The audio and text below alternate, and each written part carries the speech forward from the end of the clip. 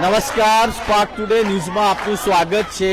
આ જે અવાજ છે સરકારના કાન સુધી પહોંચે એટલે હવે આંગણવાડીની જે બહેનો છે કલેક્ટર કચેરીની સામે ધરના પર બેસી ગઈ છે। છેલ્લા કેટલાક સમયથી પોતાની માંગને લઈને આંગણવાડી જે બહેનો છે સરકારને રજૂઆત કરી છે, છતાં પણ સરકારમાં જે બેઠેલા અધિકારીઓ છે, જે નેતાઓ છે, એમનું પેટનું પાણી હલતું નથી।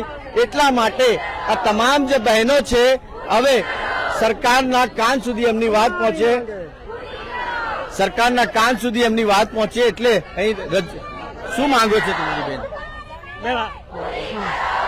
મારું નામ છે નસીમબેન મકરાણી। હું ગુજરાત આંગણવાડી કર્મચારી સંગઠનની ઉપપ્રમુખ છું।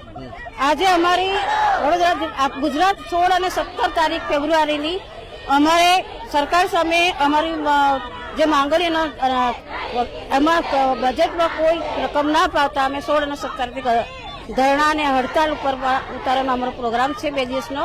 કાલે બહેનો 16 તારીખે હડતાલ કરી અને પોતપોતાના તાલુકામાં પ્રોગ્રામ કર્યા છે। આજે અમે બધા જિલ્લામાં ભેગા થયા છે અને વડોદરા જિલ્લાના તમામ તાલુકા આજે ભેગા થયા છે। હવે અમારો આજનો મુખ્ય હેતુ છે કે સરકારે અમારા બજેટની અંદર રાજ્ય સરકાર કે કેન્દ્ર સરકાર કોઈએ બી બજેટની અંદર અમને કોઈ પણ રકમ આંગણવાડી વર્કર કે હેલ્પરને કે આશા વર્કરોને ફાળવી નથી। તો સરકાર સામે અમે અમારો ઉગ્ર દાખલ કરે છે કે અમને અત્યાર સુધી કોઈ પણ એના પહેલા બી અમે સરકાર સાથે અમારી બેઠકો થઈ। બેઠકોની અંદર સરકારે અમારી માંગણીઓ સંતોષવા માટે અમને આશ્વાસન આપ્યું હતું, પણ એમાંની એક પણ અમારી માંગણી સંતોષાઈ નથી અને અમને કીધું હતું કે સરકાર સાથે અમે બેઠક કરીને તમારી માંગણી સંતોષીશું, પણ એક પણ બેઠક સરકાર સાથે એ લોકોએ કરી નથી અને અમારી કોઈ માંગણી સંતોષાઈ નથી। એ સિવાય બી કેન્દ્ર સરકાર અને રાજ્ય સરકારે બજેટમાં એક પણ રકમ અમને આપી નથી અને 2018માં પગાર વધારો આ બહેનોનો કર્યો તો આંગણવાડી વર્કર હેલ્પરનો 2018માં કેન્દ્ર સરકારે વધારો આપ્યો હતો, ત્યાર પછી કોઈ પગાર વધારો બી આપ્યો નથી અને આ બજેટમાં બી કશું આપ્યું નથી અને બહેનોને ખાલી આયુષ્યમાન યોજનામાં સમાવેશ કર્યો છે, બસ એટલી જાહેરાત કરી છે। આયુષ્ય યોજનાનો તો આખો ભારત દેશનો દરેક નાગરિક છે, એમાં આશા આંગણવાડી થોડા એકલા છે। સરકાર સામે હવે બાયો ચડાવી છે તમામ જે આંગણવાડીની બહેનો છે।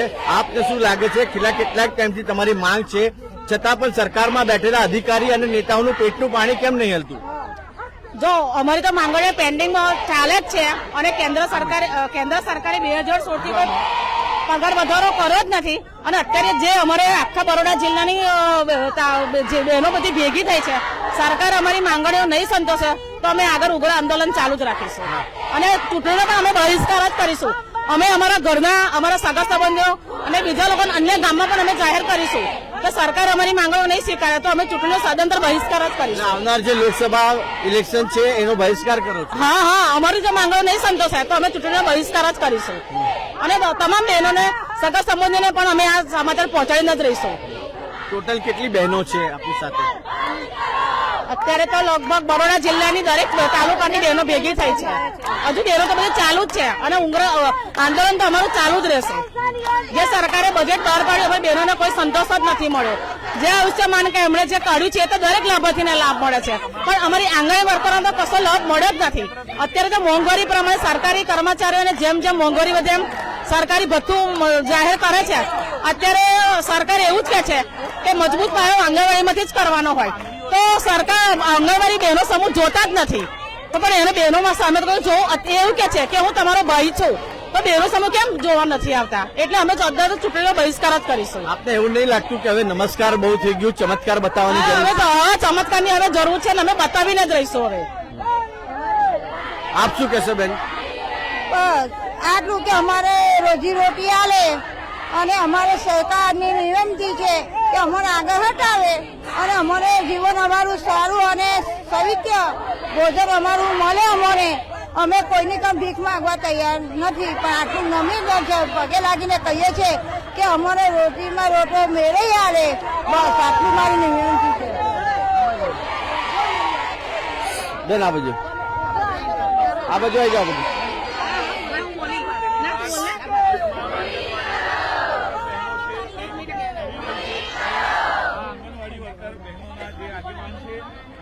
એવી બહેનો સાથે વાત કરીશું।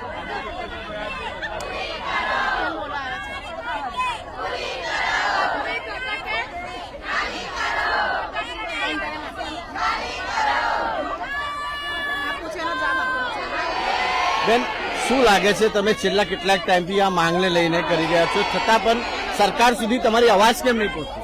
એ તો કામગીરી બહુ જ છે, પણ સરકાર ખબર ને અત્યારે જે નવું બજેટ બહાર પડ્યું એમાં અમારી કોઈ જ માંગણી પૂરી થઈ નથી અને કામગીરી અમારી પાસે ખૂબ જ હોય છે અને સરકાર સાથે અમારો કોઈ વિરોધ નથી, પણ જે લઘુત્તમ વેતન છે એ અમારું ચાલુ કરે, જેથી અમારું કામ પાયાનું ઘડતર છે, બાળકોનું ઘડતર કરવાનું છે. તો જો બાળકો જ પાછા રહી જશે, અમારી જ માંગણી પૂરી નહીં થાય તો બાળકોનો વિકાસ કેવી રીતે થઈ શકશે? એ સરકારને એ જ અમારી પ્રાર્થના છે કે અમને સરકારી કર્મચારી કરો અને જે માનદ વેતનમાંથી દૂર કરીને જે લઘુત્તમ વેતન છે તે અમારું ચાલુ કરો અને જેથી અમે ઉત્સાહથી અમે કામ કરી શકીએ. પાયાનું ઘડતર અમે જો પાયો જ કાચો હશે તો બિલ્ડ ઊંચું નહીં થઈ શકે, એટલે તમે પાયો સક્ષમ કરશો અને અમારી માંગણીઓ પૂરી કરશો તો ચોક્કસ અમે આ દેશ આગળ વિકાસ કરી શકશે.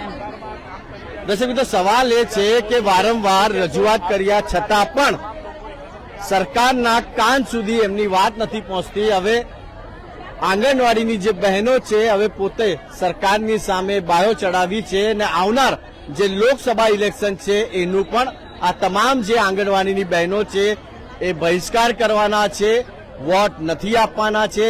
એક બે નથી, આપ જોઈ શકો છો મારા વિડીયો જર્નલિસ્ટ રાહુલ કપ્તાનને હું કહીશ કે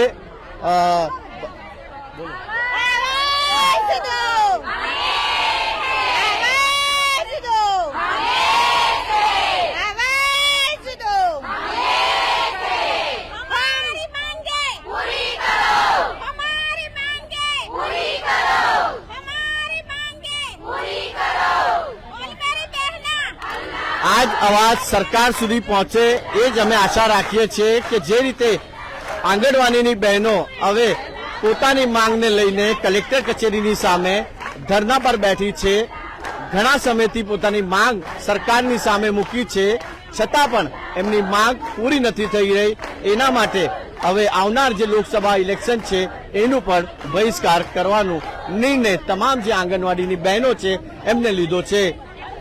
વિડીયો જર્નલિસ્ટ રાહુલ કપ્તાન સાથે હું કૌશર, સ્પાર્ક ટુડે ન્યૂઝ માટે.